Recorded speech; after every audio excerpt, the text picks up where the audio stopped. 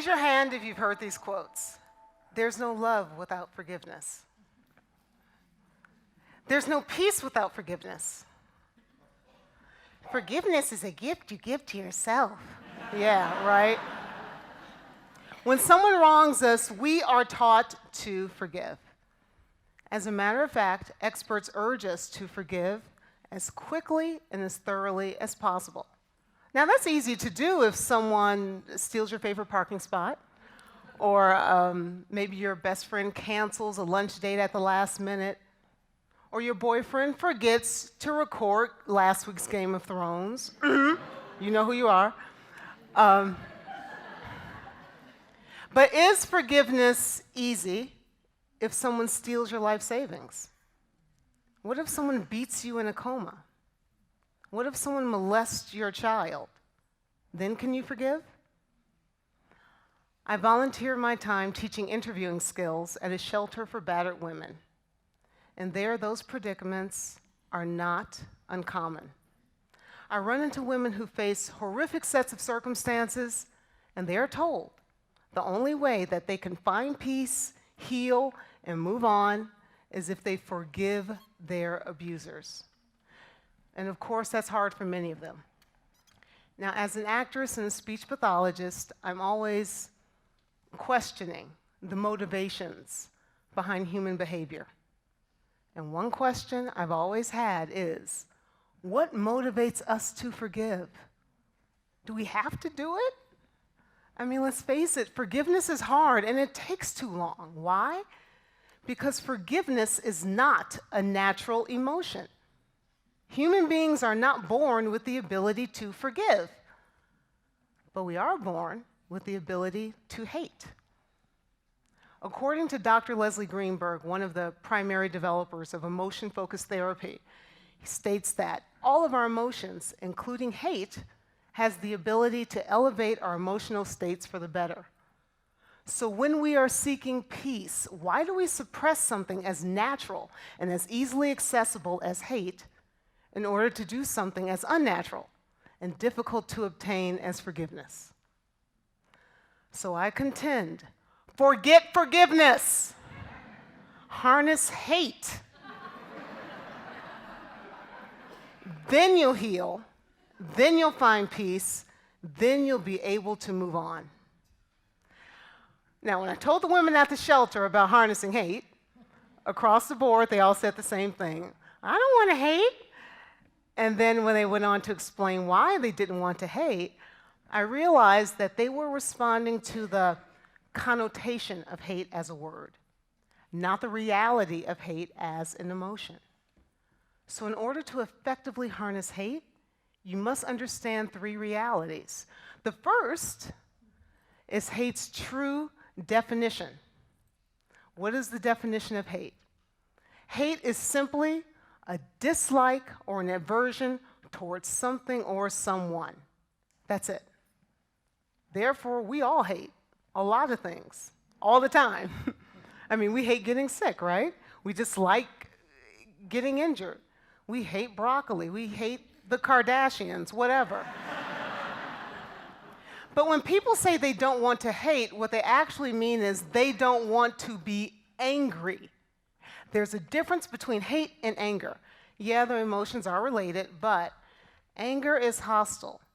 Anger is a strong feeling of annoyance. It's destructive. It's characterized by a lack of self-control. Anger lashes out. Hate protects. Anger is reactive. Hate is proactive. Two very similar emotions, but two totally different motivations.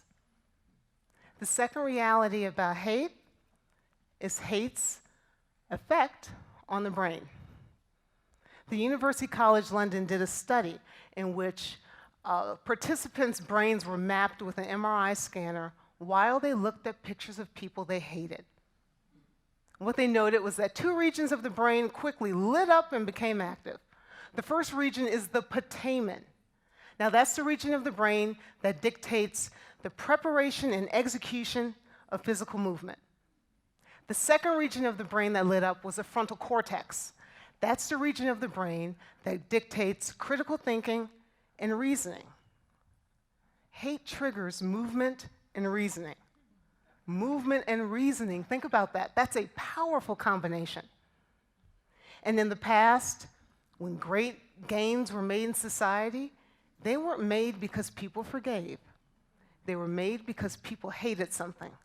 And they used that movement and that reasoning to make a difference. The women at my shelter have often said that it was their hate for their current situation that gave them the physical energy and the mental strategy to get out. The third reality about hate is hate's connection to love. Many people think hate and love are opposite, but really hate makes love more obvious. The only reason we hate something is because it threatens something that we love. Like, I hate cancer because it killed my father. Some people hate their jobs because it takes time away from their family. There's a woman at the shelter, her name is Kate. Well, I'll call her Kate. It's not a real name. And she agonized about not being able to forgive her soon-to-be abusive ex-husband. She agonized over it. She hated him. But she tried to forgive. She did all the forgiveness exercises. You know, she wrote a letter to herself and then burned it. Yeah, that didn't work. And then someone suggested that she write, "I forgive" in her husband's name 25 times in the morning and 25 times at night for 21 days. Yeah, right. She gave up that after 2 days. And then someone suggested that she keep a forgiveness journal and write down all the reasons she should forgive her husband. And I said, please, forget forgiveness. Write down all the reasons you should hate your husband. So she wrote, "I hate my husband because he molested my daughter. I hate my husband because he spent the money I was going to use to go back to college. I hate my husband because he put me in the hospital." Now, understanding hate's connection to love, I then asked her to take the second half of that sentence and turn it into a love statement. And she did. So she wrote, "I hate my husband because I love my daughter. I hate my husband because I love being educated. I hate my husband because I love my health." The moment she started saying and writing her love statements, her demeanor changed. First of all, she started smiling. Then her handwriting became neater, her face softened, she looked happy. So seeing that change in her demeanor, I then said, look, why don't you say and write only the love statements 3 times in the morning, 3 times at night for 5 days. See what happens. So twice a day she would say, "I love my daughter. I love being educated. I love my health. I love my daughter. I love being educated. I love my health. I love my daughter. I love being educated. I love my health." By saying and writing those love statements, Kate was forced to focus on what she loved, not what she hated. And like hate, love triggers the putamen in the brain.